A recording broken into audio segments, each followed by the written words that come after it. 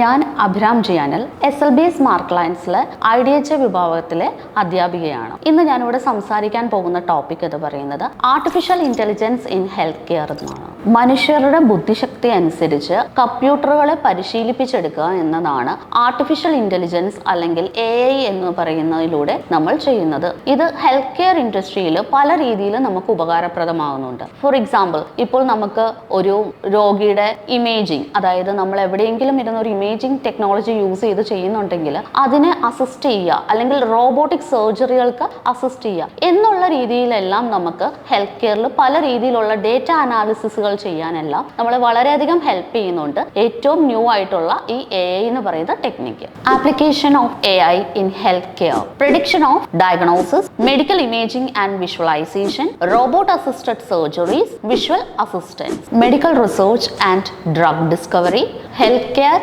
administration and management, clinical support in decision making. Benefits of AI in healthcare: increased accuracy and speed in diagnosis, enhanced patient care and outcome, increased efficiency in clinical work areas, better data analysis, reduced cost and reduced allocation, and personalized medical plans.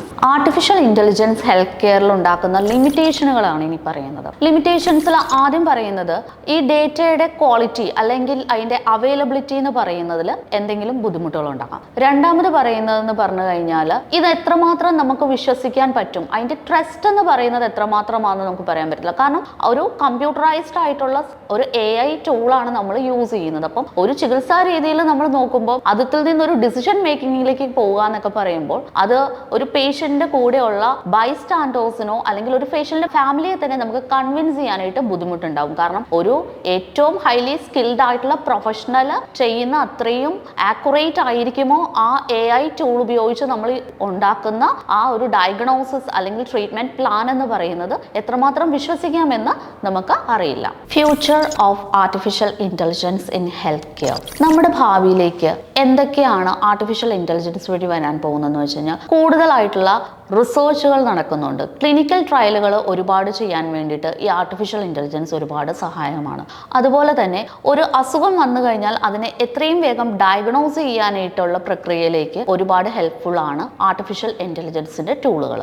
അങ്ങനെയുള്ള മേഖലകളിലും ജെനറ്റിക്സിന്റെ മേഖലകളിലും അതോടൊപ്പം തന്നെ drugs, മെഡിസിനുകൾ discover ചെയ്യാനും അല്ലെങ്കിൽ എന്തെങ്കിലും ഒരു അസുഖത്തിന് വേണ്ടിയിട്ടുള്ള ഒരു പാൻഡമിക് അല്ലെങ്കിൽ നമുക്കിപ്പം ഫോർ എക്സാമ്പിൾ കൊറോണ വന്നു, നമ്മൾ അതിനുള്ള മെഡിസിന്റെ ഡിസ്കവറിക്ക് വേണ്ടി പോയി വാക്സിനേഷൻസ് കണ്ടെത്തി എന്ന് പറയുന്ന പോലെ തന്നെ ഡ്രഗ്സ് ആൻഡ് ഫാർമസ്യൂട്ടിക്കൽ പ്രോഡക്റ്റിന്റെ കൂടുതൽ ഡിസ്കവറിക്ക് വേണ്ടിയിട്ടൊക്കെ നമ്മളെ ആർട്ടിഫിഷ്യൽ ഇന്റലിജൻസ് ഒരുപാട് സഹായം ചെയ്യുന്നുണ്ട്. അപ്പം ഫ്യൂച്ചറിലേക്ക് ഇങ്ങനെയുള്ള രീതിയിൽ അതുപോലെ തന്നെ പേഷ്യന്റ് സെന്റേർഡ് ആയിട്ട് എങ്ങനെയാണ് ഒരു AI ടൂളിനെ ഡെവലപ്പ് ചെയ്തെടുക്കുക എന്നുള്ള ഒരു ഇതിലാണ് ഇപ്പം സാങ്കേതികപരമായിട്ട് ഈ ഡെവലപ്പേഴ്സ് നിൽക്കുന്നത്. ആർട്ടിഫിഷ്യൽ ഇന്റലിജൻസ് ഹെൽത്ത് കെയർ മേഖലയിൽ വളരെ വലിയ ഒരു ചേഞ്ചസും ഒരു ഇമ്പാക്റ്റുമായിട്ട് ഉണ്ടാക്കിയിരിക്കുന്നത്. വളരെ റെവല്യൂഷണറി ആയിട്ടുള്ള ചേഞ്ചുകൾ തന്നെയാണ് ഉണ്ടാക്കിയിരിക്കുന്നത്.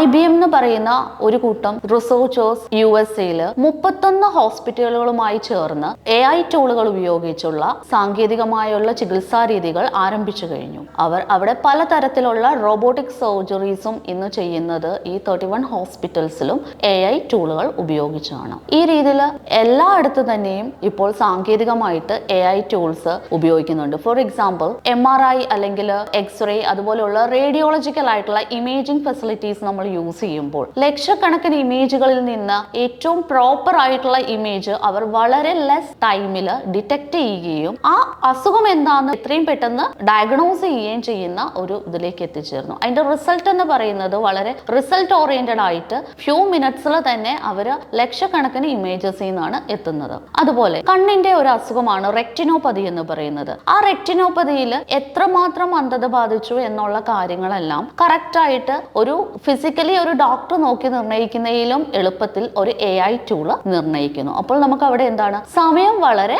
മാനേജ് ചെയ്യാനായിട്ട് സാധിക്കുന്നുണ്ട് ഇങ്ങനെയുള്ള ചികിത്സാ രീതിയിൽ. AI എന്ന് പറയുന്നത് ഫ്യൂച്ചറിലേക്ക് വളരെ നല്ല രീതിയിലുള്ള ഒരു ഇമ്പാക്റ്റ് കൊണ്ടുവരികയും ഹെൽത്ത് കെയർ ഒരുപാട് ഡിപ്പെൻഡ് ചെയ്യുകയും ചെയ്യുന്ന ഒരു മേഖലയായിട്ട് നാളേക്ക് മാറുന്നതാണ്. ഇനി മറ്റൊരു ടോപ്പിക്കുമായി അടുത്ത വീഡിയോയിൽ കാണാം. Thank you.